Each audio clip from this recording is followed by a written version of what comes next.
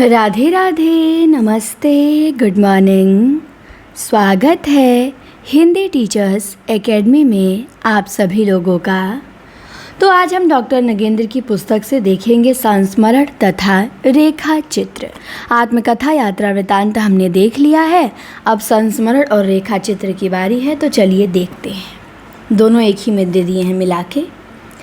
आलोच्य युग में संस्मरण तथा रेखा चित्र साहित्य के विकास एवं उन्नयन की दिशा में हंस का रेखा चित्र विशेषांक मार्च 1939 संपादक श्रीपत राय ये सर्वप्रथम उल्लेखनीय है।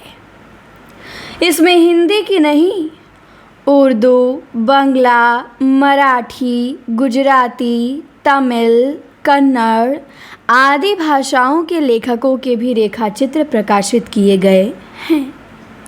वैसे इन विधाओं के हिंदी लेखकों में बनारसी दास चतुर्वेदी का अन्यतम स्थान है।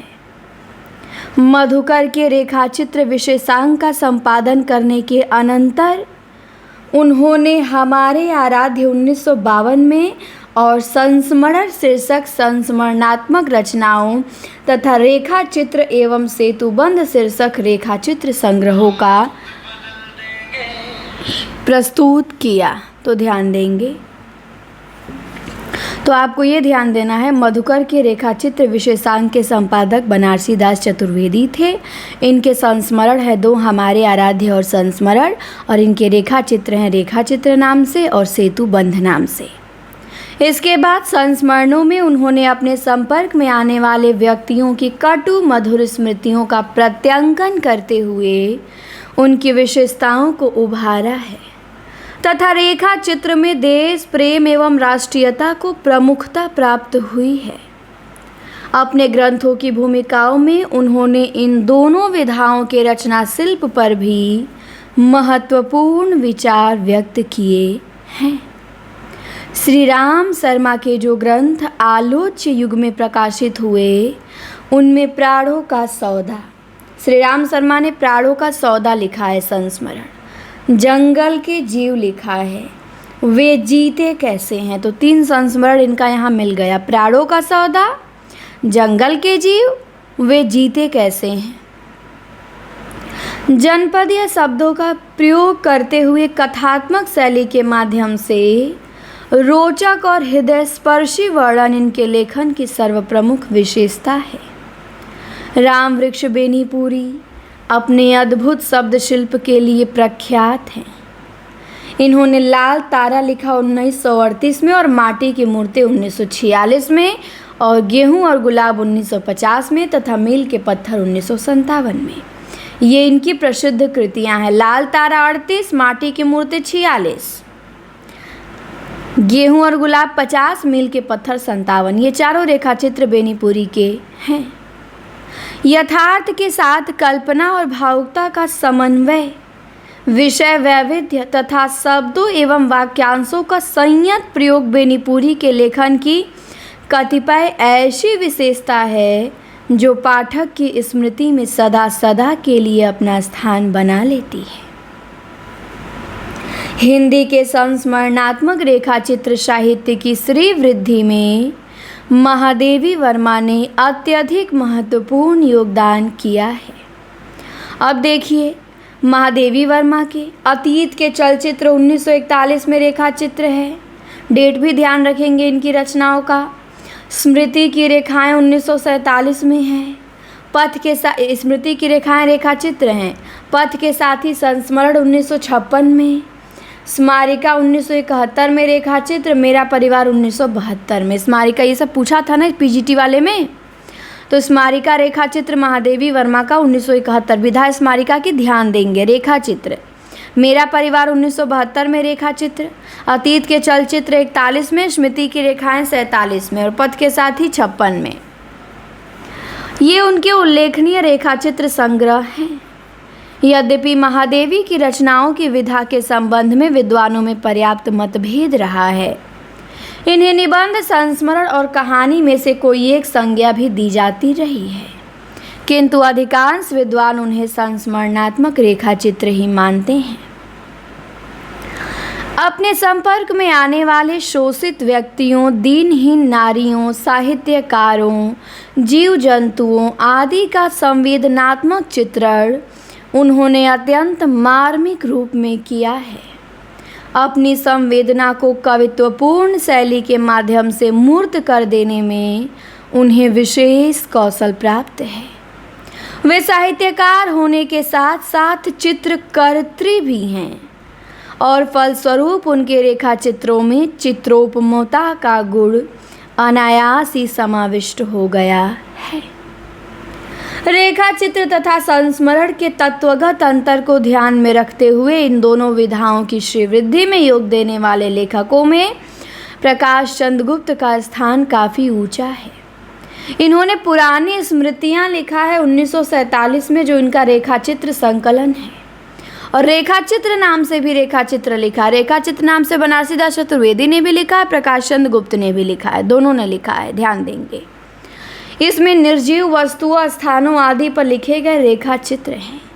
इनके रेखाचित्रों पर विदेशी लेखकों, विशेषतः एजी गॉर्डनर के रचना शिल्प का पर्याप्त प्रभाव पड़ा है। इस युग के अन्य संस्मरण लेखकों में राजा राधिका रमण प्रसाद सिंह का नाम भी उल्लेखनीय है। ध्यान देंगे, इस युग के अन्य संस्मरण, ये तो हो गया, संस्मरण मूलक कहानियाँ लिखने में वे अप्रतिम हैं। एक ऐसा ही उनका संस्मरण है टूटा तारा राधिका रमण का 1940 में। इसके बाद मौलवी साहब तथा देवी बाबा शीर्षक संस्मरण विशेषतः पठनीय है। तो मौलवी साहब और देवी बाबा शीर्षक संस्मरण किसने लिखा है? राधिका रमण प्रसाद सिंह ने लिखा है। सार्थक विशेषणों, विशिष्ट उपमाओं एवं ध्वन्यात्मक शब्दों का प्रयोग उनकी शैलीगत विशेषताएं हैं। इसके बाद विनय मोहन शर्मा आते हैं। इनका रेखाचित्र संग्रह रेखा और रंग अपनी चुटीली शैली और मार्मिक परिस्थिति चित्रण के लिए प्रख्यात है। तो रेखा और रंग विनय मोहन शर्मा का क्या है? रेखा चित्र है। इसके बाद कन्हैया लाल मिश्र प्रभाकर ने जिंदगी मुस्काई लिखा है रेखा चित्र। ध्यान देंगे, इसमें संकलित संस्मरण तथा माटी हो गई सोना एवं दीप जले शंख बजे में संग्रहित रेखाचित्र भी उल्लेखनीय है। तो जिंदगी मुस्काई, माटी हो गई सोना, दीप जले शंख बजे, कन्हैया लाल मिश्र प्रभाकर। मामूली से मामूली व्यक्ति अथवा घटना पर प्रांजल भाषा तथा चुस्त शैली में संस्मरण लिख डालने की कला में वे निष्णात हैं। रोचक प्रारंभ, घटना ऐक्य, स्पष्ट विश्लेषण तथा आद्यांत सुनिश्चित प्रवाह उनके लेखन की कतिपय मुख्य विशेषताएं हैं। इसके बाद आते हैं शिवपूजन सहाय। इनका संस्मरण है वे दिन वे लोग 1965 में लिखते हैं। व्यंग विनोद से पुष्ट मुहावरेदार भाषा में लिखित उनके संस्मरणात्मक रेखाचित्रों में चित्रोपमता का गुण कूट कूट कर भरा है। तो वे दिन वे लोग शिवपूजन सहाय। इसके बाद सत्यवती मलिक ने लिखा है संस्मरण अमिट रेखाएं 1951 में। ये भी बहुत महत्वपूर्ण है। इसमें उन्होंने अपनी रचनाओं के साथ साथ कुछ अन्य लेखकों की कतिपय प्रसिद्ध रचनाओं का भी संकलन किया है। मधुर भावनाओं का भावपूर्ण एवं रोचक चित्रण करते हुए प्रेरणाप्रद रेखाचित्र का निर्माण इनकी निजी विशेषता है। इसके बाद देवेंद्र सत्यार्थी ने लिखा है रेखाएं बोल उठी। किसने? देवेंद्र सत्यार्थी ने। और शांति प्रिय द्विवेदी ने लिखा है स्मृतियाँ और कृतियाँ। शांति प्रिय द्विवेदी, स्मृतियाँ और कृतियाँ बहुत बहुत इम्पॉर्टेंट है, ध्यान देंगे इनका संस्मरण। इसमें उनके कवि हृदय की अभिव्यक्ति मिलती है। लेखक ने उन परिस्थितियों का अत्यंत स्पष्ट अंकन किया है जो उसके अपने व्यक्तित्व के विकास में बाधक रही हैं। आप लोग वन लाइनर के फॉर्मेट में जो रचनाएं मिल रही हैं इन्हें नोट करते जाइएगा रफली, और एक आध बार पढ़ लेना है। ज़्यादा दिमाग पे प्रेशर नहीं डालना है। जो याद हुआ ठीक, जो नहीं हुआ कोई बात नहीं। आसान रिवीजन करते रहना है। भी पॉजिटिव रहना है। एग्ज़ाम में ज़्यादा समय है नहीं, 10 दिन का समय है। धैर्य रखिए, बस रिवीजन करते रहिए और जो हम अपनी तरफ से कर रहे हैं उसे तैयार करते रहिए। बाकी आपको जो मैटर दिया गया है उसे अच्छे से तैयार करिए और डरिए बिल्कुल मत। ये सोचिए हम बेस्ट करके आएंगे। यदि आप पहले ही डर जाएंगे, अपना आत्मविश्वास खो देंगे, तो फिर आपको हारने से रोकने वाला भगवान भी नहीं है। भगवान भी चाहेगा कि आपको जिता दे तो नहीं जिता पाएगा। तो जीतता वही है जिसके अंदर आत्मविश्वास हो, अपने ऊपर विश्वास हो, अपनी मेहनत के ऊपर भरोसा हो। मैं देखती हूँ आप लोग कितना भी मेहनत करते हैं, बार बार यही डरते रहते हैं फेल हो गए। अरे ये क्यों नहीं सोचते हैं मेहनत कर रहे हैं पास होंगे। मेहनत भी कर रहे हैं और फेल होने के बारे में भी सोच रहे हैं। मेहनत बताइए किस लिए किया जाए? जब फेल ही होना है तो बिना मेहनत करके फेल होइए, छोड़ दीजिए पढ़ाई लिखाई। मेहनत कर रहे हैं क्योंकि आपको जीतना है। लड़ाई जीतने के लिए की जाती है। या तो लड़ो तो जीतो, नहीं तो लड़ो ही मत, छोड़ दो उसे। ये मत सोचिए कि हम हारने के लिए आए हैं, हार के सीखेंगे। वो ज़माना गया कि हार के सीखेंगे। दूसरों की हार से सीख ले लीजिए, अपने हार के मत सीखने आइए। तो ये जीतने का दौर है, जीतिए, ये आपको जीतना है। और मैं बार बार समझाती रहती हूँ आप लोगों को, फिर भी आप लोग एकदम डरे रहेंगे। अरे भाई हम इतना मेहनत कर रहे हैं फिर भी डर रहे हैं, कैसे तैयार करें इन सब चीज़ें। वो सबको समस्या है, आपको अकेले स्पेशल समस्या थोड़ी है कि नई चीज़ें तैयार नहीं हो रही हैं। सारे बच्चों की ये समस्या है, किसी को नहीं तैयार हो रही है नई चीज़ें, सब परेशान हैं। तो जब सबकी समस्या है तो आप क्यों स्पेशल टेंशन ले रही हैं? क्यों आपको ले रहा है टेंशन? टेंशन मत लीजिए। बहुत मैसेज आप लोगों के आते रहते हैं रोज़, मैम कैसे तैयार करें, डर लग रहा है, 10 दिन है। अब 10 दिन में कुछ नहीं तैयार होगा, बस रिवीजन करिए, जो दिया जा रहा है इसे पढ़ लिया करिए। इसमें से जो याद हुआ ठीक, नहीं याद हुआ कोई बात नहीं, हो सकता है कुछ क्वेश्चन आ जाए, उठाया है बुक उठा ले, और नहीं भी आ सकता है, ये भी हो सकता है। लेकिन हमारा काम क्या? हमारा काम है इसे तैयार करना, कि हमें जितना मिल रहा है उतना कम से कम तैयार कर लें। अगर आए तो हमें अफसोस ना रहे, और ना आए तो कोई बात नहीं, तब तो हमने अपना काम किया। ये नहीं आया तो नहीं आया, तो बस मेहनत करिए। अब ज़्यादा टेंशन लेने का समय नहीं है। टेंशन लेने वाले लोग रिजल्ट बिगाड़ते हैं और उनको बिगाड़ने से कोई नहीं बचा सकता है। तो आप सोच लीजिए कि आपको टेंशन लेके रिजल्ट बिगाड़ना है कि कूल माइंड से, भी पॉजिटिव रह के, बिना डर के, अच्छे से चीज़ें तैयार करके और जाकर यहाँ पे अपनी जीत की कहानी लिखनी है, अपना जीत लिख के आना है। कि आगे फिर पेपर दे के रोना धोना शुरू करना है? नहीं, जीतने के लिए जाना है आपको। आप पढ़ रहे हैं क्योंकि आप रिजल्ट बनाएंगे, क्योंकि आप टीजीटी में सेलेक्ट होंगे, क्योंकि आप टीचर बनने वाले हैं। तो आपको इसीलिए पढ़ना है। फालतू चीज़ें मत सोचा करिए। एग्ज़ाम के टाइम में सब यही तो होता है। आप बहुत लोगों के साथ देखेंगे, बहुत लोग खूब पढ़े हैं, एग्ज़ाम के टाइम में अपने मन पे उनका कंट्रोल ही नहीं है। उनका मन उनके डर के हिसाब से चल रहा है। आज जब डर के हिसाब से चलेगा तो उस आदमी को कौन जिताएगा? वो तो अपना हार खुद ही लिख रहा है।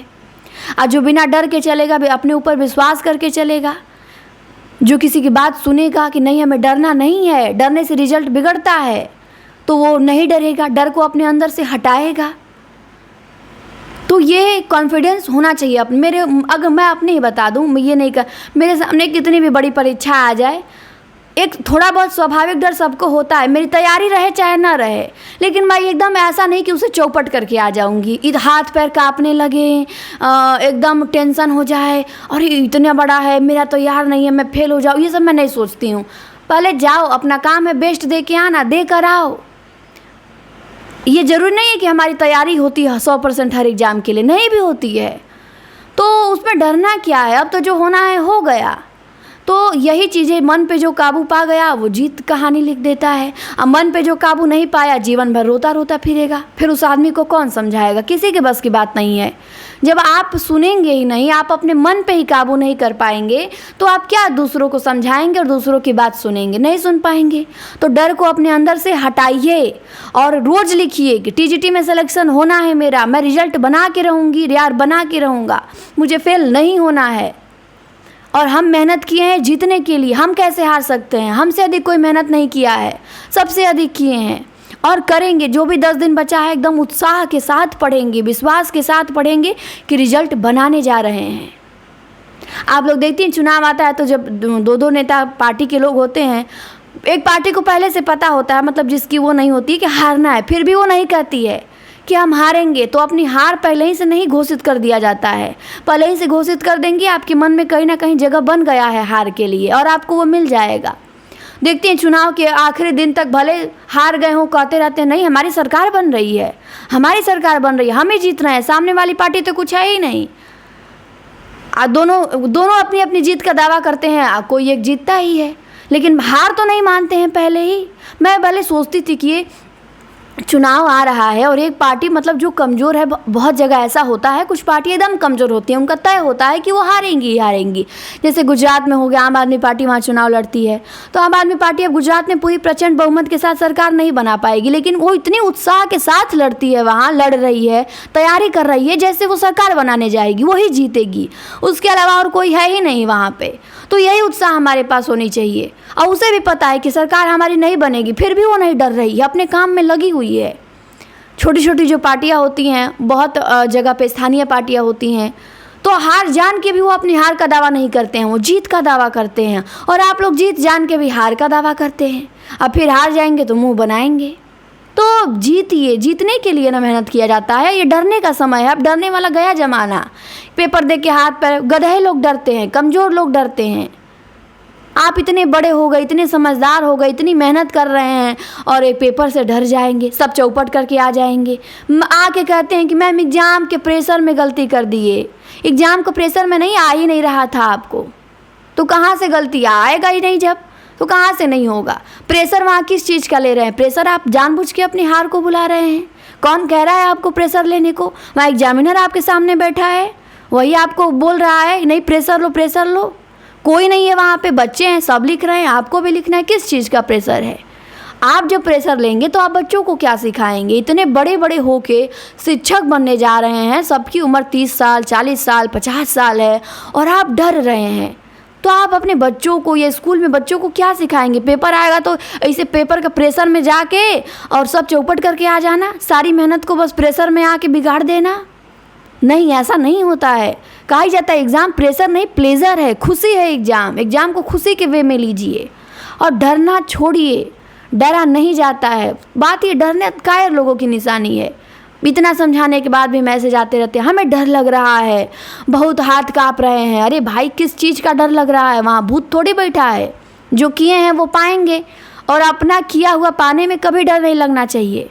मैं मेहनत नहीं की हूँ तो मुझे फेलियर ही मिलेगा, और मैं मेहनत की हूँ तो मेरी जीत को भगवान भी चाहेंगे कि इसको हरा दे, तो नहीं हरा पाएंगे, क्योंकि मैंने मेहनत किया है, मुझे उसका फल मिलेगा।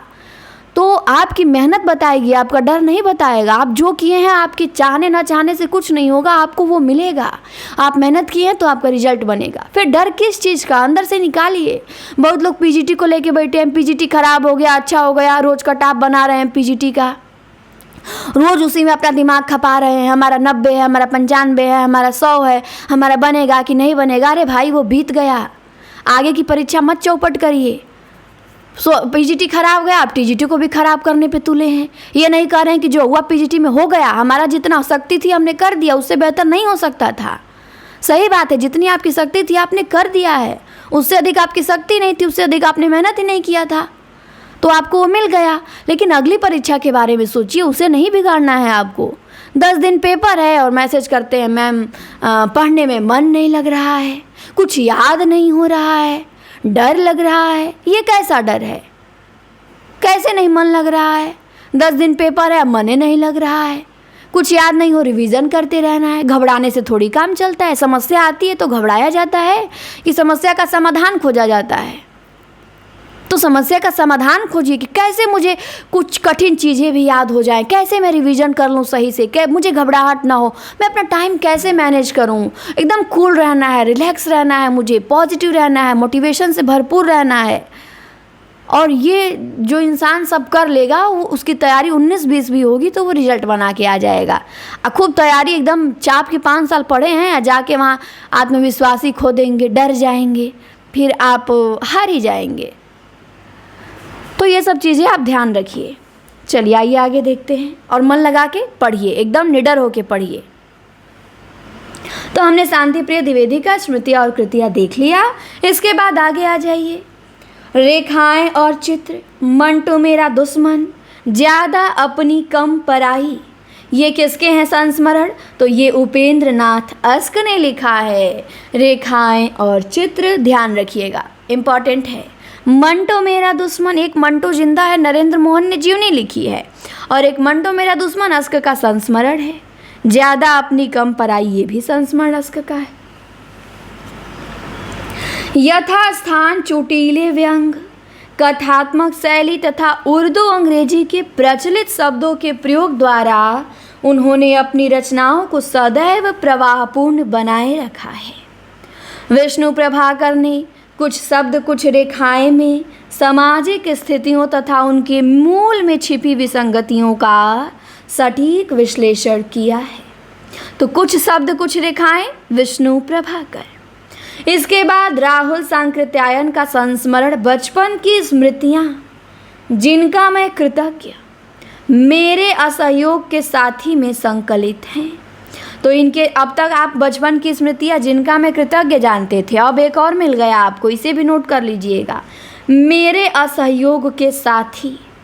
ये तीनों इंपॉर्टेंट हैं। राहुल जी का संस्मरण, बोल चाल की प्रवाहपूर्ण भाषा के द्वारा अपने हृदय की भावुकता को व्यक्त करते हुए तथा अपने संपर्क में आने वाले छोटे बड़े तथा मामूली महान सभी व्यक्तियों को समान रूप से महत्व देते हुए मर्मस्पर्शी रचनाओं का प्रणयन इनके लेखन की विशेषता है। हिंदी के प्रख्यात रसवादी आलोचक एवं निबंधकार डॉक्टर नगेंद्र ने अपनी बुक संपादित किया और देखिए लिखा है कि हिंदी के प्रख्यात रसवादी आलोचक एवं निबंधकार डॉक्टर नगेंद्र ने भी कुछ भावभीनी स्मृति चित्र लिखे हैं। ये इन जो इतिहास नगेंद्र जी का इन्होंने नहीं लिखा है, ये संपादित किए हैं।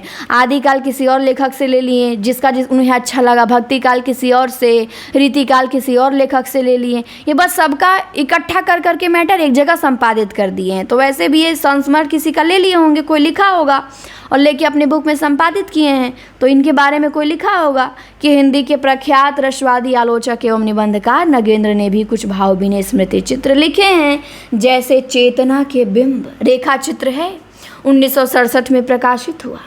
इसमें संकलित ऐसी रचनाओं में विश्लेषण की गंभीरता तथा तटस्थता पे अधिक बल रहा है। जगदीश चंद्र माथुर की कृतियाँ, 10 तस्वीरें तथा जिन्होंने जीना जाना, ये दोनों बहुत इंपॉर्टेंट है माथुर जी का। 10 तस्वीरें रेखा चित्र, जिन्होंने जीना जाना भी रेखा चित्र संस्मरण में आता है। इसमें मानव मन के भीतरी भावों को प्रांजल भाषा शैली में अभिव्यक्ति प्राप्त हुई है। वैसे 10 तस्वीरें की भूमिका में उन्होंने इस बात पर बल दिया है कि उनकी रचनाओं को संस्मरण न कह के चरित लेख कहा जाना चाहिए, क्योंकि उनमें संस्मरण शैली का हल्का फुल्कापन नहीं है। इसके बाद सेठ गोविंद दास ने स्मृतिकण 1959 में लिखा है, रेखा चित्र है नहीं संस्मरण है। इसके बाद संस्मरण शैली में चेहरे जाने पहचाने रेखा चित्र लिखा है। स्मृतिकण संस्मरण है और चेहरे जाने पहचाने रेखा चित्र है। दोनों की विधा याद रखिएगा, पूछ सकता है। युग के विषमताओं का सशक्त चित्रण उनकी प्रमुख विशेषता है। संस्मरण साहित्य को अलंकृत करने वाले कवियों में माखनलाल चतुर्वेदी, रामधारी सिंह दिनकर, हरिवंश राय बच्चन भी उल्लेखनीय है। समय के पाव 1962 में अनेक भावपूर्ण रेखा चित्र अंकित किए हैं और दिनकर की रचनाओं लोकदेव नेहरू तथा स्मरण और श्रद्धांजलियाँ उल्लेखनीय है। समय के पांव रेखा चित्र उनका है, माखनलाल चतुर्वेदी का, और दिनकर ने संस्मरण लिखा है लोकदेव नेहरू, स्मरण और श्रद्धांजलियाँ दोनों महत्वपूर्ण है, जिनमें सरल एवं भावपूर्ण भाषा के माध्यम से अपनी युग के प्रमुख साहित्यकारों, राजनीतिक नेताओं आदि के निजी संबंधों का अंतरंग परिचय दिया गया है। हरिवंश राय बच्चन की उल्लेखनीय कृति है नए पुराने झरोखे। नए पुराने झरोखे हरिवंश राय बच्चन, जिसमें लेखक ने यथास्थान आधुनिक हिंदी साहित्य पर टिप्पणियाँ देते हुए उसकी दुर्बलताओं और सबलताओं का सशक्त अंकन किया है। आलोच्य युग में कतिपय अन्य लेखकों ने भी अपनी मूल्यवान रचनाओं द्वारा हिंदी के संस्मरणात्मक रेखाचित्र साहित्य की समृद्धि किया है। जैसे सत्यजीवन वर्मा भारतीय ने लिखा है संस्मरण एल्बम, ओमकार शरद ने लिखा है लंका महाराजिन, कैलाशनाथ काटजू ने लिखा है मैं भूल नहीं सकता, सब महत्वपूर्ण है। प्रेम नारायण टंडन ने रेखा चित्र लिखा, रेखा चित्र नाम से 3 लोग लिख दिए, प्रेम नारायण टंडन, प्रकाश चंद्र गुप्त, बनारसी दास चतुर्वेदी। इसके बाद इंद्र विद्या वाचस्पति लिखते हैं मैं इनका ऋणी हूँ। विनोद शंकर व्यास ने लिखा है प्रसाद और उनके समकालीन, ये भी इम्पॉर्टेंट है। संपूर्णानंद ने लिखा है कुछ स्मृतियाँ और स्फुट विचार, ये भी महत्वपूर्ण है।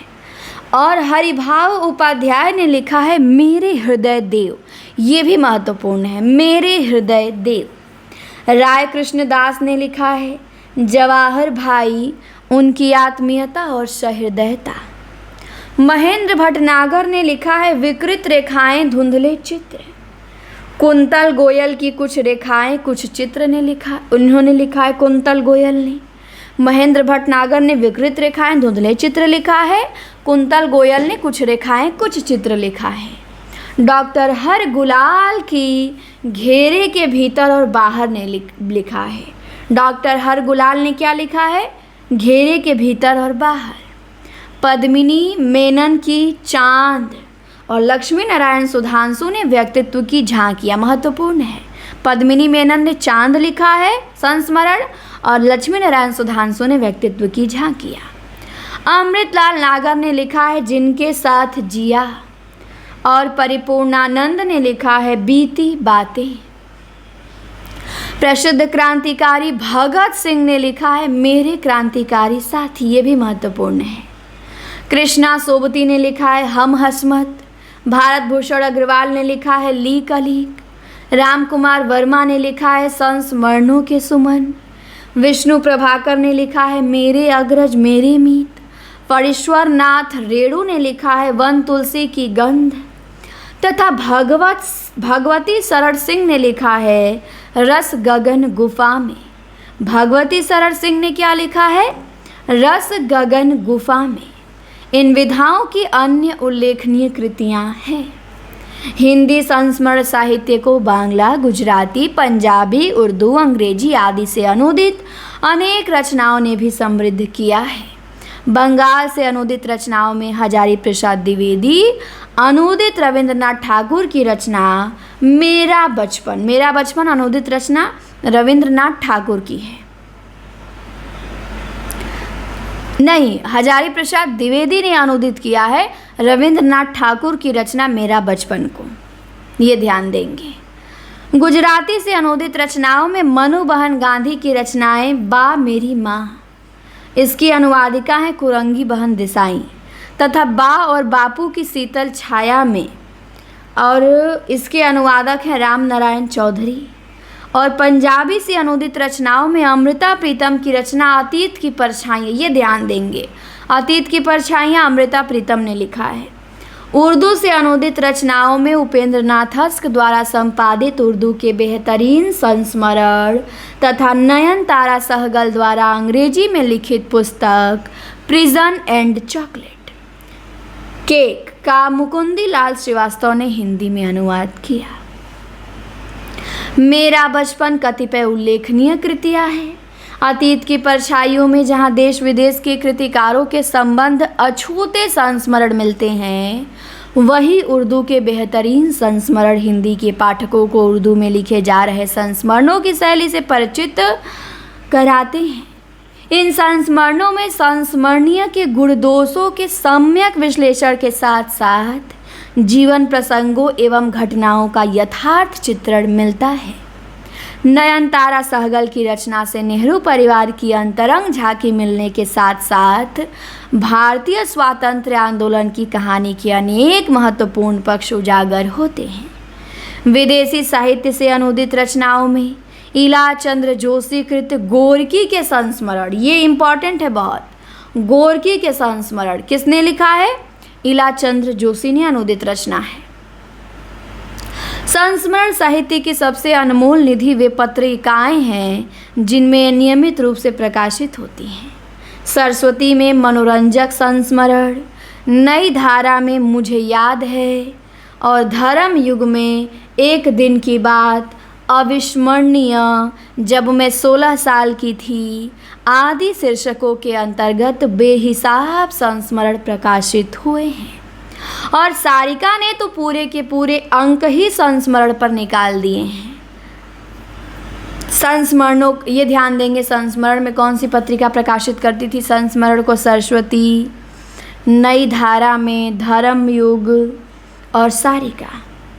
संस्मरणों का यह भंडार परिमाण की दृष्टि से ही नहीं, विषय वैविध्य की दृष्टि से भी महत्वपूर्ण है, क्योंकि ये जीवन के विविध क्षेत्रों यथा चिकित्सा, क्रीड़ा, फिल्म जगत, संगीत, नृत्य आदि से जुड़े लोगों के साथ संबद्ध है। इनमें डाकुओं के संस्मरण भी है तथा समाज सुधारकों के भी। इनमें हिंदी प्रदेशों में रहते हुए हिंदी सेवियों के संस्मरण भी हैं तथा हिंदी सेवा में जुटे विदेशी विद्वानों के संस्मरण भी हैं। इस दृष्टि से रूस के प्रसिद्ध हिंदी विद्वान डॉक्टर ये.पी. चेलीसेव का संस्मरण निराला जीवन और संघर्ष के मूर्तिमान रूप। इसका प्रकाशन समाचार जनवरी 1983 विशेष रूपेण उल्लेखनीय है। वस्तुतः संस्मरणों का ऐसा संगम अन्यत्र अप्राप्य नहीं तो दुर्लभ अवश्य है। पत्र पत्रिकाओं के अतिरिक्त अभिनंदन तथा स्मृति ग्रंथों में भी शताधिक संस्मरण संकलित हैं। यद्यपि इस बात से इनकार नहीं किया जा सकता कि इनमें से बहुत ऐसे हैं जिनमें आत्मीयता के स्थान पर औपचारिकता तथा गुण दोष विश्लेषण के स्थान पर प्रशस्ति गान की अनुगूंज सुनाई देती है। किंतु संस्मरणीय की सूझबूझ, प्रशासन क्षमता, अदम्य धैर्य एवं साहस तथा अन्य सहज मानव गुणों को उद्घाटित करने वाले संस्मरणों का भी सर्वथा अभाव नहीं है। समग्रतः हिंदी संस्मरण ने अपनी छोटी सी विकास यात्रा में जिस बहुरंगी एवं विविध आयामी समृद्ध परंपरा का निर्माण किया है वह स्पृहणीय है। इसके बाद अब आता है गद्य काव्य। अब क्या आता है? गद्य काव्य। गद्य काव्य और रिपोर्टाज हम लोग एक वीडियो में देखेंगे। संस्मरण और रेखाचित्र एक वीडियो में और गद्य काव्य और रिपोर्टाज एक वीडियो में। तो ये क्लास कैसी लगी कमेंट बॉक्स में आप बताएंगे, वीडियो को लाइक करेंगे और सभी के यहाँ शेयर ज़रूर करेंगे। हम आपसे मिलेंगे अगली क्लास में। बहुत बहुत धन्यवाद।